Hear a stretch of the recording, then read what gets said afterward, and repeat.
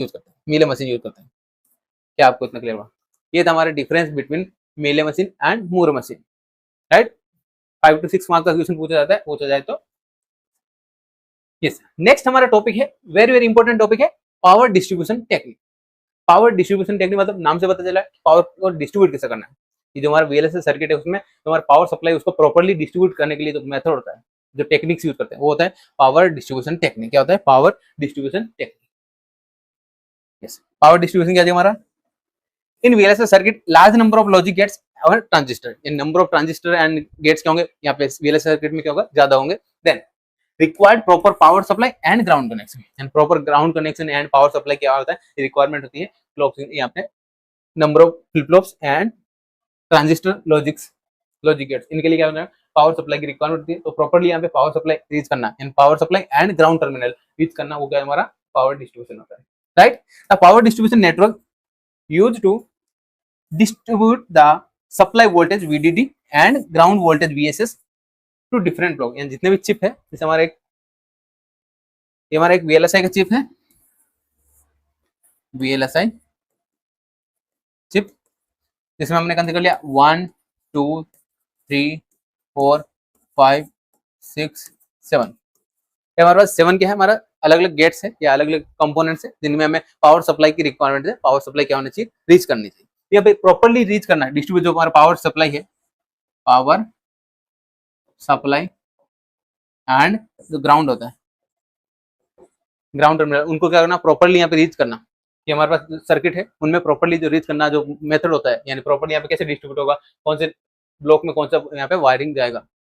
जैसे हमने फर्स्ट जो लेक्चर देखा था या लास्ट यूनिट नंबर 1 में जब बात किया था, तब क्या देखा था हमने कि जो हमारा वीएलएस सर्किट होता है उसको हम डिवाइड करते हैं, पार्टीशन करते हैं। पार्टीशन करना मतलब अलग अलग ब्लॉक्स में हम डिवाइड कर देते हैं। तो ब्लॉक्स में डिवाइड करने के बाद यहाँ पे पावर सप्लाई कैसे सप्लाई करना है, कि कौन से ब्लॉक में कैसे ईच ब्लॉक में पावर सप्लाई कैसे प्रोवाइड करना है, power supply and ground terminal ground connection कैसे प्रोवाइड करना है, वो मेथड होता है, वो होता है हमारा power distribution technique. Properly power करना, डिस्ट्रीब्यूट करना इन सर्किट, राइट। 3 टेक्निक हम पढ़ने वाले मेनली।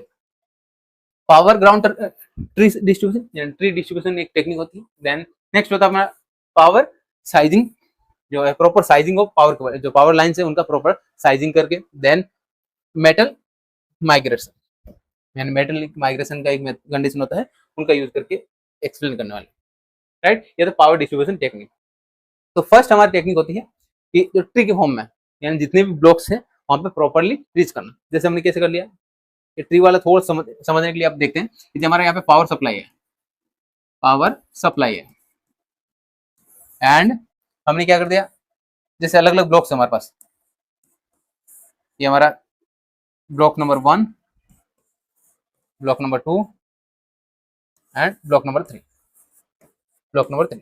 यहाँ पे पावर का क्या करना, अलग अलग ब्लॉक्स में प्रॉपर्ली डिस्ट्रीब्यूट करना, राइट। पावर को क्या करते हैं हम ब्लॉक में डिस्ट्रीब्यूट कर दिया। देन ये ब्लॉक के अंदर भी क्या हो जाएगा हमारा, अलग अलग सब ब्लॉक हो जाएंगे, ए बी, ठीक है। हमारे पास ट्री के फॉर्म में आ जाएगा। जो हमारा मेन पावर सप्लाई है वहां से स्टार्ट होगा, एंड जितने भी कंपोनेंट कहां तक डिस्ट्रीब्यूट होता रहेगा, जब तक हमारा ईच पॉइंट जितने भी कंपोनेंट वहां तक रीच ना हो, वहां तक पावर सप्लाई रीच ना हो, वो क्या हो जाएगा, पावर डिस्ट्रीब्यूशन होता है। ट्री फॉर्म में मतलब ये जो हमारा जहां से हमें पावर सप्लाई मिल रहा है वहां से हम इंडिविजुअल ब्लॉक्स में क्या करते हैं, पावर का सप्लाई करते हैं, right. Power tree distribution. Similarly जो पावर सप्लाई की तरह यहाँ पे ग्राउंड सिग्नल्स या ग्राउंड वायर्स भी प्रॉपर्ली कनेक्ट करना, ग्राउंड टर्मिनल भी कनेक्ट किया जाता है, right. Power and ground tree distribution.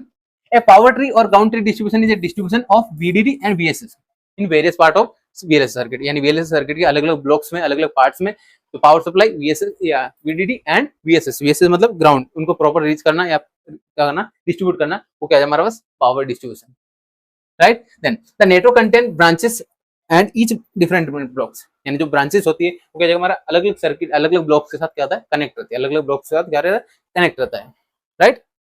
And important क्या पॉइंट्स देते हैं, यानी ये जो पावर डिस्ट्रीब्यूशन करते हैं ट्री की हेल्प से, क्या हमारे पास power supplied from main power supply to different, यानी जो मेन सप्लाई है वहां से क्या होगा अपना डिफरेंट ईच ब्लॉक में क्या होगा सप्लाई होता है, पावर क्या होता है ईच ब्लॉक में सप्लाई किया जाता है।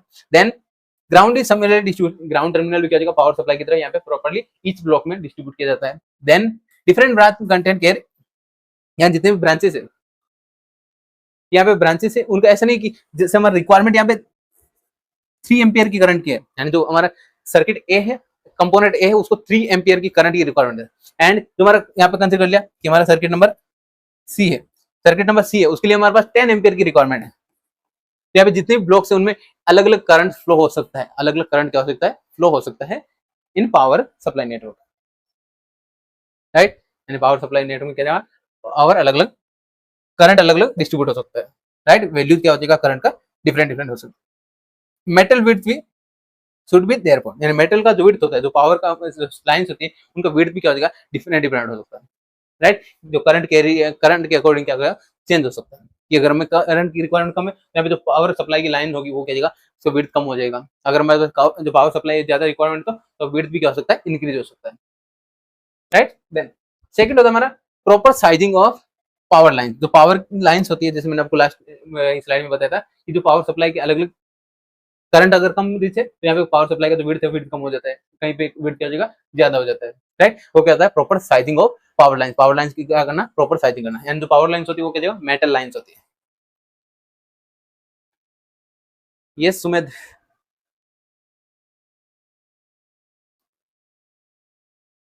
ये सुमेध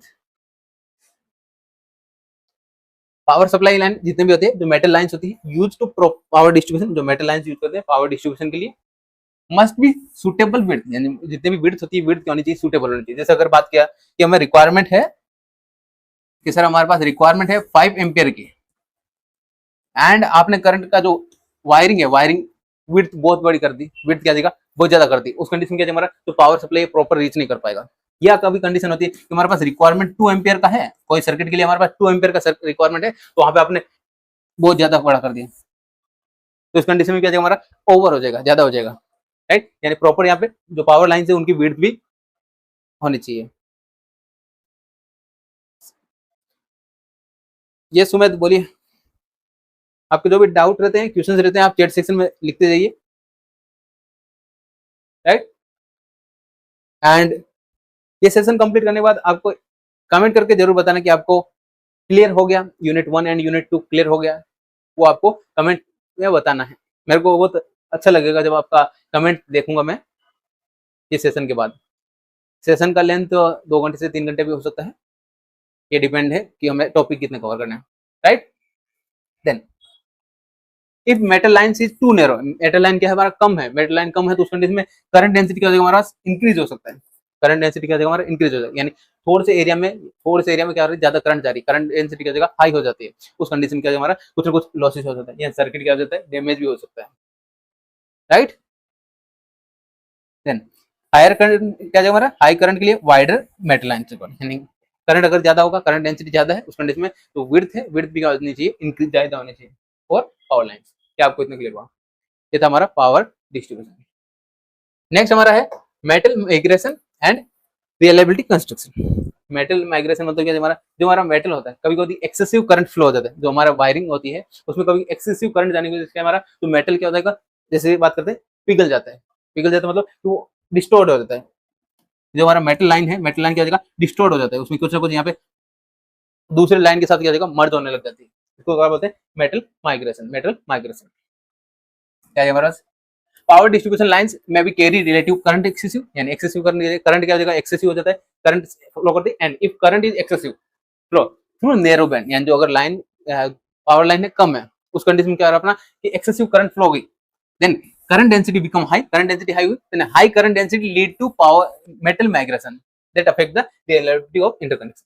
जैसे हमारे पास पावर यहाँ पे जो विड्थ है विड्थ कम है एंड यहाँ पे करंट ज्यादा अप्लाई करते हैं, करंट क्या कर दिया ज्यादा अप्लाई कर दिया, करंट ज्यादा अप्लाई करने के बाद क्या हमारा जो मेटल है मेटल क्या हमारा डिस्टोर्ड हो जाता है, मेटल क्या हमारा डिस्टोर्ड हो जाता है, उसका कुछ ना कुछ यहाँ पे शेप क्या हो जाएगा चेंज हो सकता है।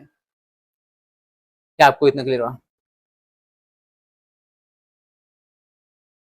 राइट।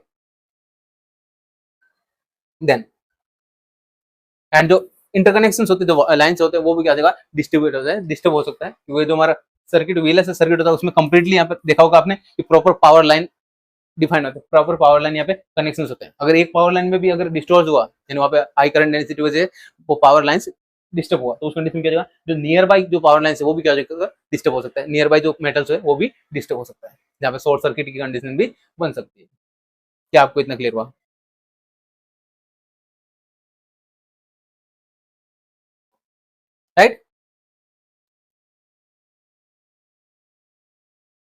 एंड ये कुछ कंडीशंस होती है, जैसे current carrying capacity must be consider, यानी करंट जो करंट कितने कैरी कर रहा है वो भी कंसिडर करते हैं, और प्रॉपर वायरिंग के लिए अप्रोप्रिएट मेटल विड्थ, यानी मेटल विड्थ भी प्रॉपर अप्लाई करनी चाहिए, जैसे रिक्वायरमेंट है पावर, अगर हमारे पास पता है कि हाई करंट रिक्वायरमेंट है, हाई करंट डेंसिटी रिक्वायरमेंट है, वहाँ पे पावर का जो विड्थ है, पावर लाइन की विड्थ है वो भी क्या होती है, इंक्रीज होती है, राइट।